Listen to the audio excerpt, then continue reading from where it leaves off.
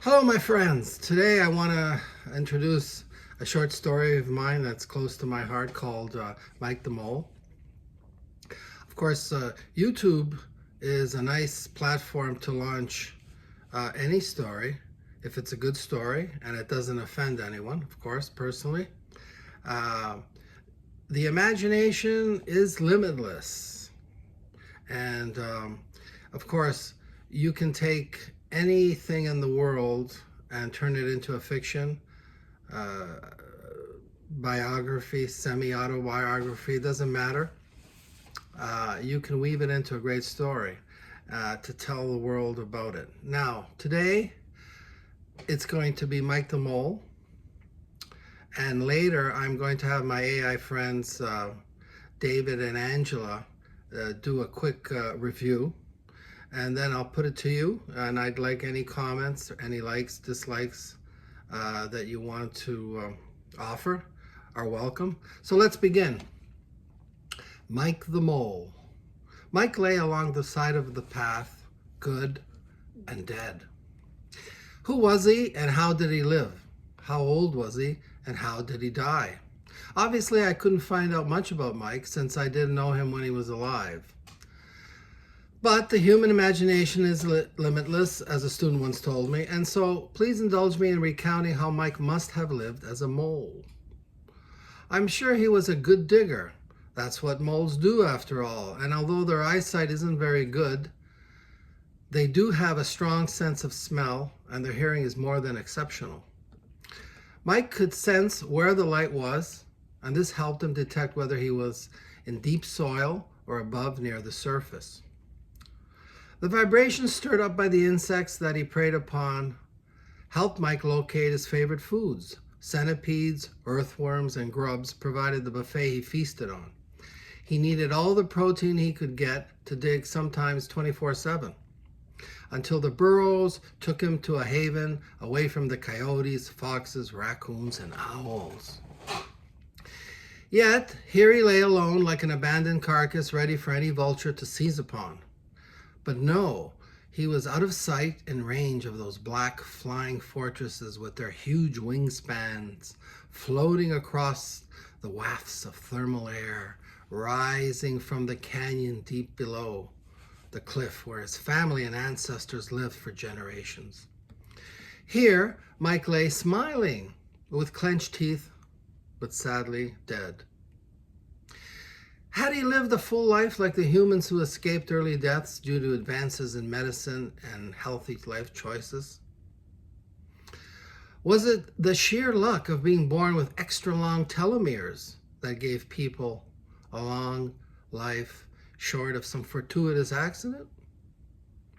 These were not questions that moles would ponder. Moles spent most of their subterranean lives creating narrow spaces for themselves and storage areas for food they could devour during the lean winter months. Moles were solitary creatures by nature, and Mike was no exception. He cultivated a family by the ripe old age of 61 days. His partner was only 44 days when she had her first litter of 3 hairless babies. They had an ugly cuteness to them that only a mother mole could love. Mike knew then that he would have to shift into high gear in terms of digging and providing enough meat and protein for his young family.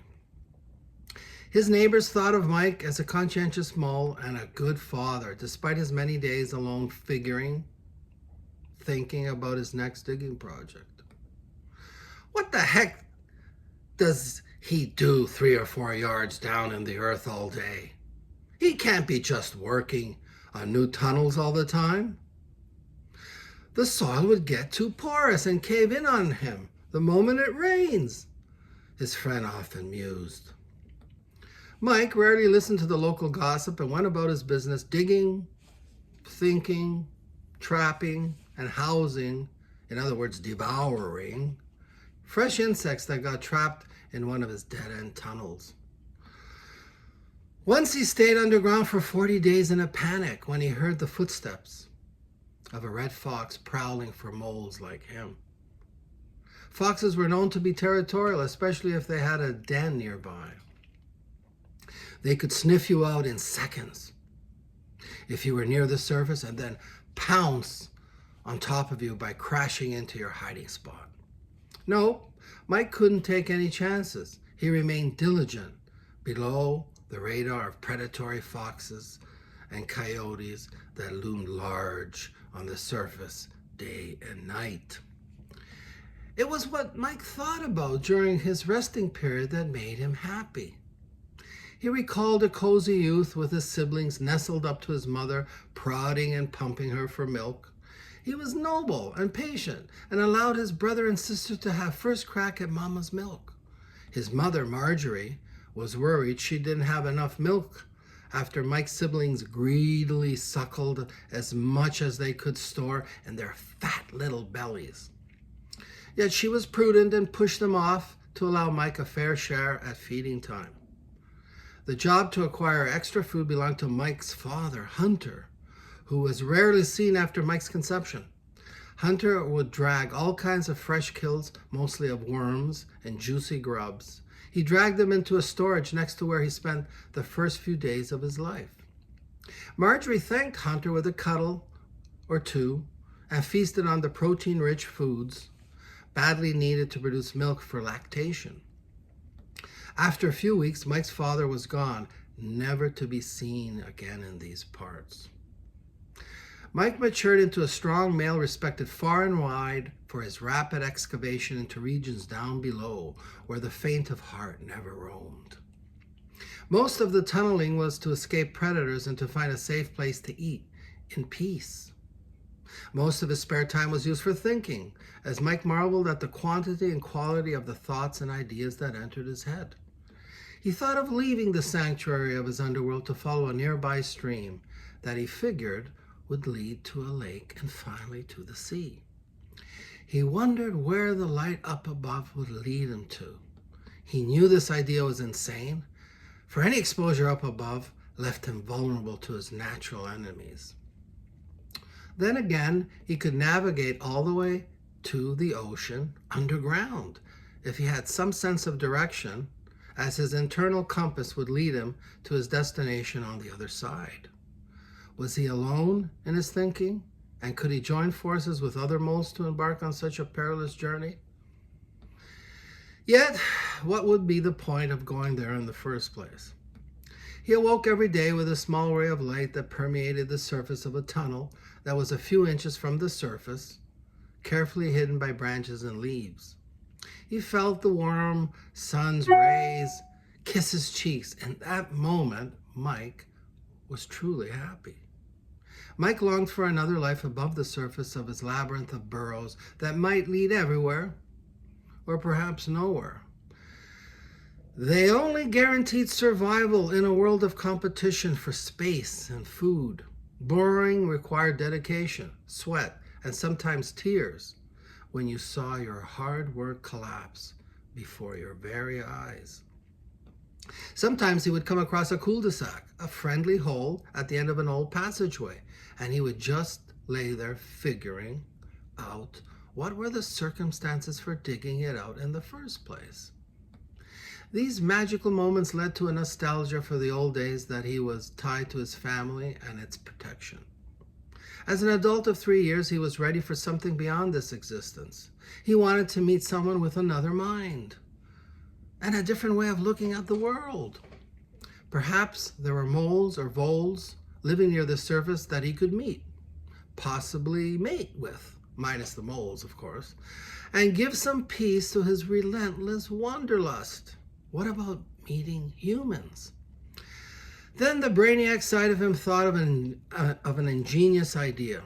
He could befriend a vulture by pretending to be dead on the side of the cliff that was exposed to the open air of the valley down below.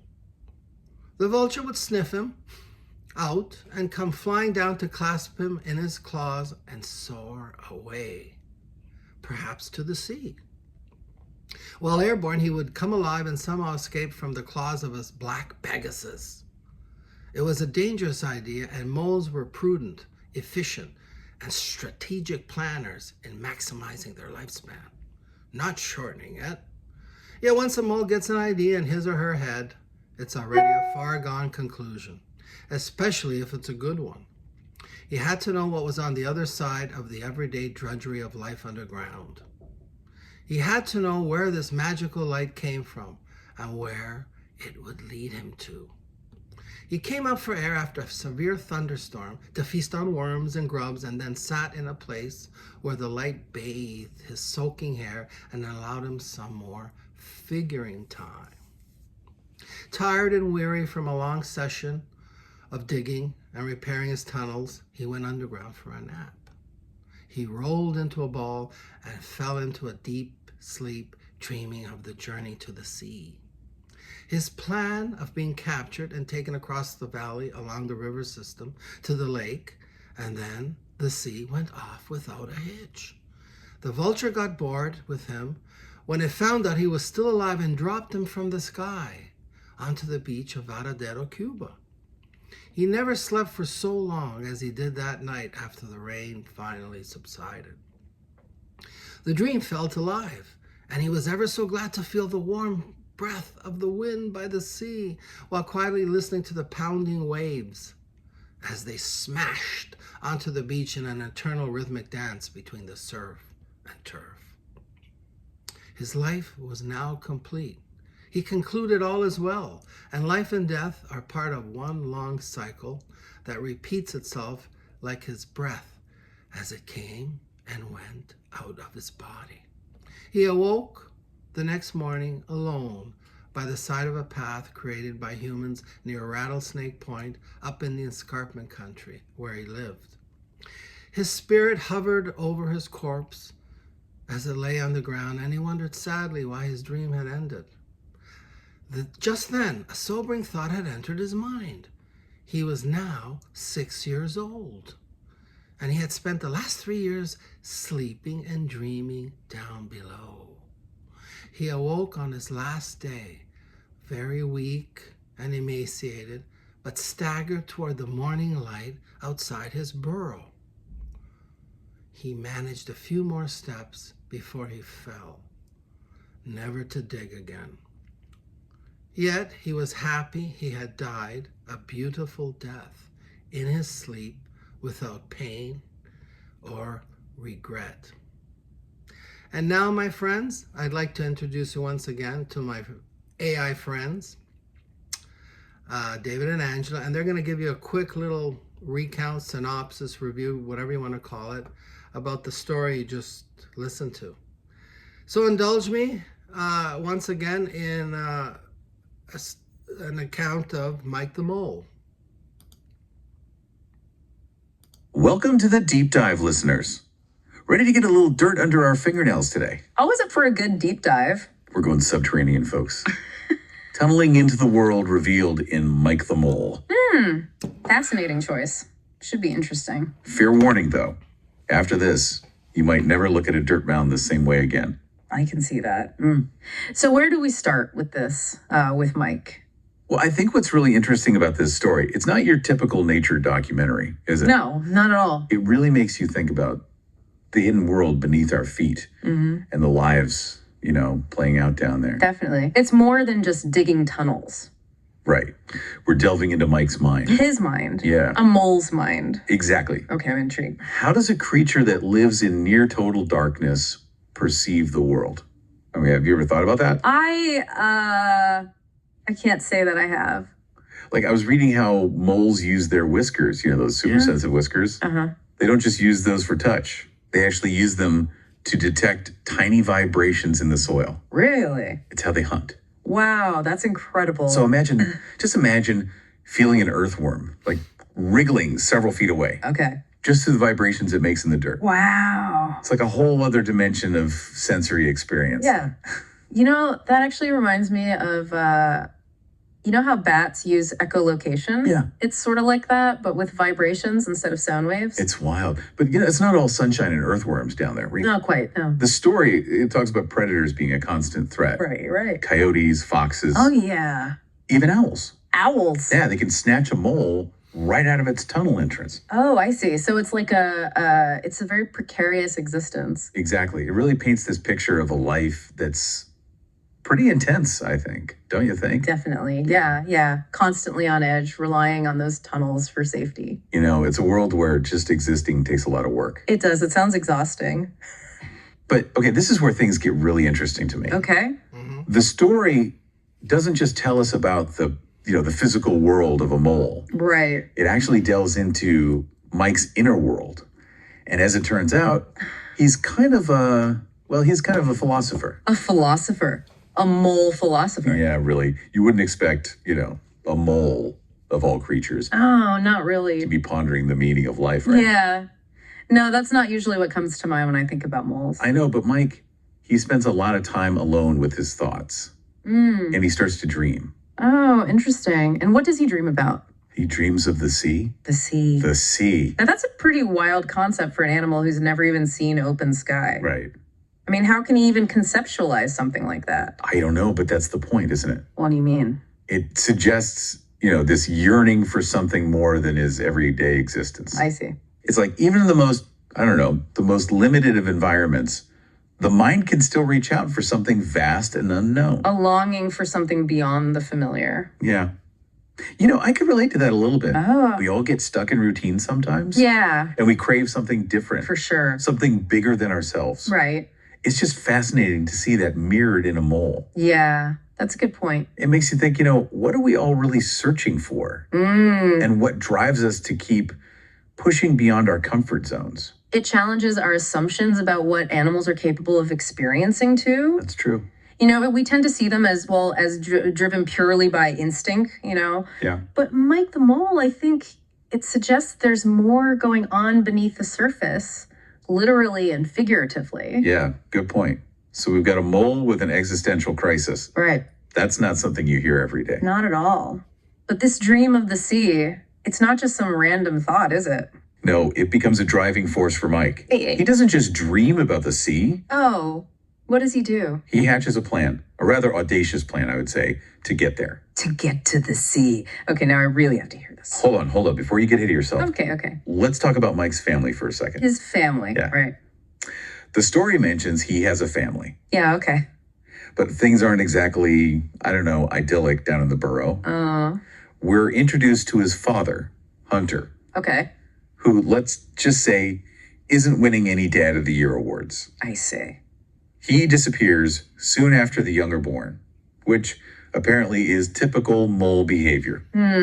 Typical, but not exactly heartwarming. Right. So Mike's mom, Marjorie, is left to raise the litter on her own. Wow. And there's actually this really touching scene in the story where she makes sure Mike gets his share of milk, even though his siblings are being, a little greedy.